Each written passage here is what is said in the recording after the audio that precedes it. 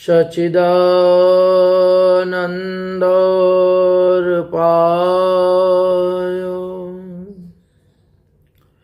विश्वोत्पत्त्यादिहेतवे तापत्रय विनाशाय श्रीकृष्णाय वयं नमः। সদী ভক্তবৃন্দগণ, সামনে যে আমাদের একাদশী ব্রত আসতেছে তার নাম শ্রী কামদা একাদশী ব্রত। এই বছরের 25শে চৈত্র 1431 বঙ্গাব্দ, 8 এপ্রিল 2025 খ্রিস্টাব্দ মঙ্গলবার ব্রত পড়েছে এবং বুধবারে সূর্যোদয় হওয়ার পর 9:35 সকালে দিবা 9:35 মধ্যে ব্রতের পালন করতে হইবে। তাহলে এই কামদা একাদশী ব্রতের মাহাত্ম্য কথা আমরা আস্বাদন করব। কোনো এক সময় এই কামদা একাদশী ব্রতের নাম ছিল বাসন্তী একাদশী।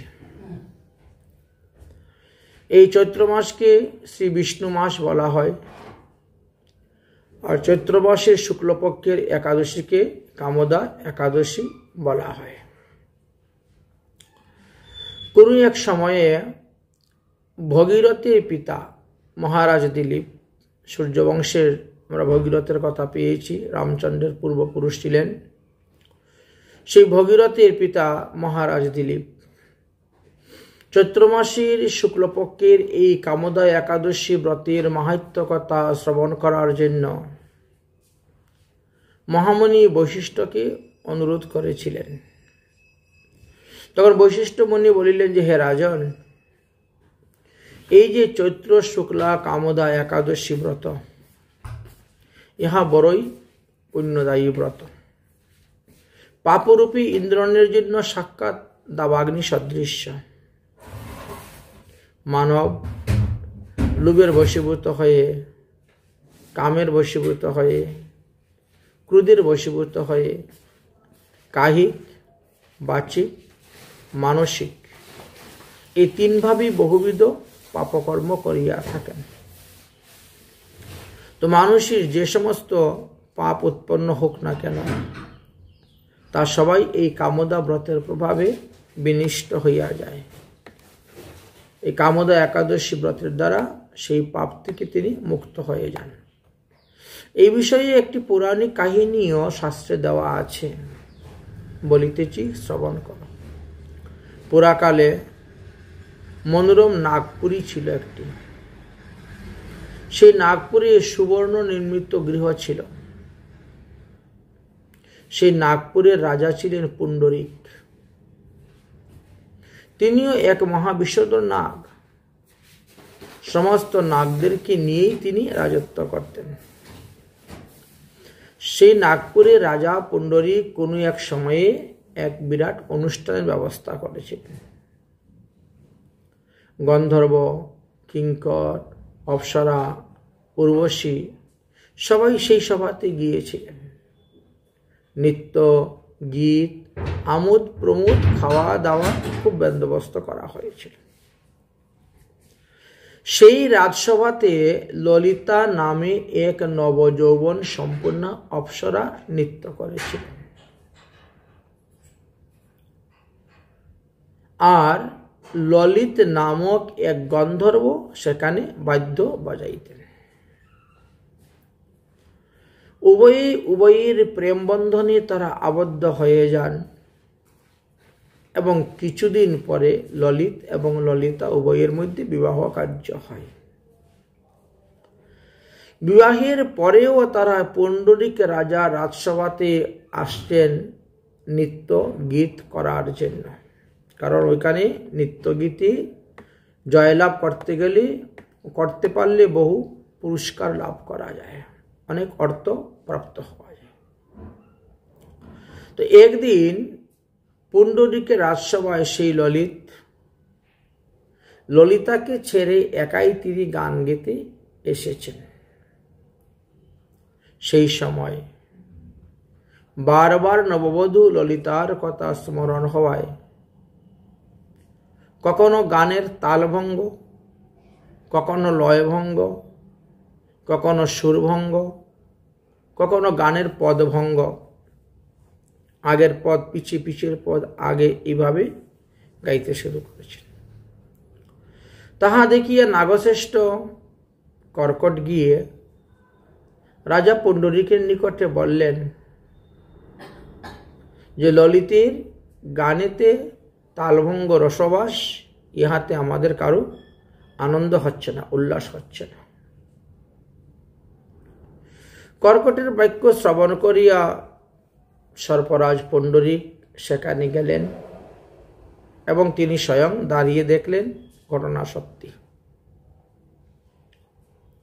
ললিতের মনতাপ অবগত হইলেন তিনি এবং ক্রোধামৃত হয়ে তিনি বললেন, অরে কামাতুর, তুই গান গাইতে এসেছিস, গানের মধ্যে এত পত্নীর কথা চিন্তা করছিস কেন? সপত্নীর কথা চিন্তা করে যে এই সভার মধ্যে রসভঙ্গ করছিস, তাই আমি তোকে অভিসম্পা দিলাম, যা তুই রাক্ষস হয়ে থাক। রাজা পুণ্ডরীকের শাপবাক্য উচ্চারণের সঙ্গে সঙ্গেই ললিত এক ভয়ঙ্কর রাক্ষস মূর্তি প্রাপ্ত হয়েছিল। এই সংবাদ ললিতার নিকটে গিয়ে পৌঁছিল। ললিতা শুনতে পেলেন যে তিনার নিজের পতি কর্মদোষে অভিশপ্ত হয়ে রাক্ষস মূর্তি প্রাপ্ত হয়েছেন এবং তিনি মহা দুঃখে মহাবনের মধ্যে অবস্থান করতেছেন। ললিতা তখন মনে মনে চিন্তা করলেন, আমি এখন কি করিব, কোথায় যাইব, আর পতিকে কেমন করিব রাক্ষসজনী হইতে মুক্ত করে আনব। এই চিন্তা করিয়া ললিতা তার পতিকে ললিতকে খোঁজার জন্য গভীর বনে গেলেন।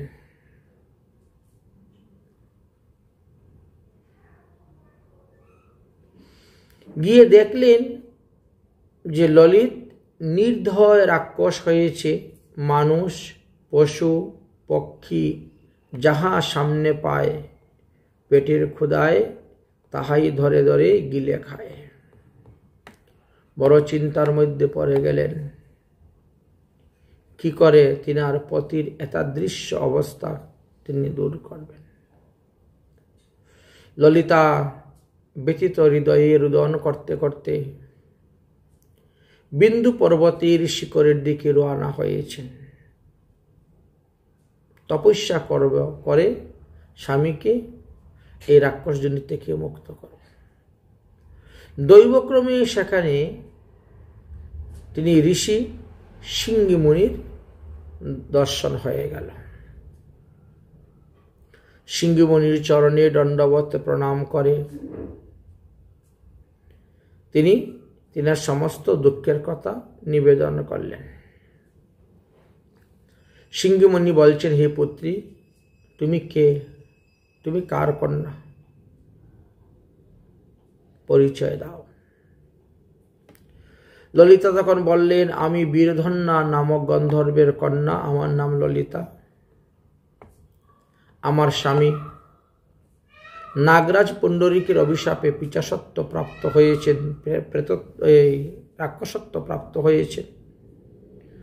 তার মুক্তির উপায় সম্পর্কে যদি কিছু আপনি জানুন তাহলে কৃপা করে বলুন। ঋষ্যশৃঙ্গ মুনি বললেন, ঠিক আছে, তাহলে আগামী চৈত্র মাসের শুক্লপক্ষীয় যে কামদা নামক একাদশী আসতেছে, সর্বপাপহরা সেই একাদশী, ওই দিবসে যথাবিধি অনুসারে তুমি নির্জলা ব্রত পালন করো, ভগবান বিষ্ণুর পূজা করো, ভগবান বিষ্ণুর গুণগান কীর্তন করো, শ্রবণ করো, রাত্রি জাগরণ করো। এই ব্রত সমর্পণান্তে এই ব্রতের যে পুণ্যফল তুমি পাবে, সেই পুণ্যফল তোমার স্বামীকে তুমি অর্পণ করিবে। উক্ত পুণ্যফলের প্রভাবে দেখবে তোমার স্বামী ওই রাক্ষসযোনি থেকে মুক্ত হয়ে যাবেন এবং তিনি পুনরায় আগের পূর্ব অবস্থায় ফিরে আসবেন। এদিকে বৈশিষ্ট্যমুনি বলিলেন, হে মহারাজ দিলীপ। অতঃপর ললিতা আনন্দিত মনে সেখান থেকে গৃহে ফিরে আসলেন এবং এই চৈত্র মাসের শুক্লপক্ষের সেই শ্রী কামদা একাদশী ব্রত পালন করলেন।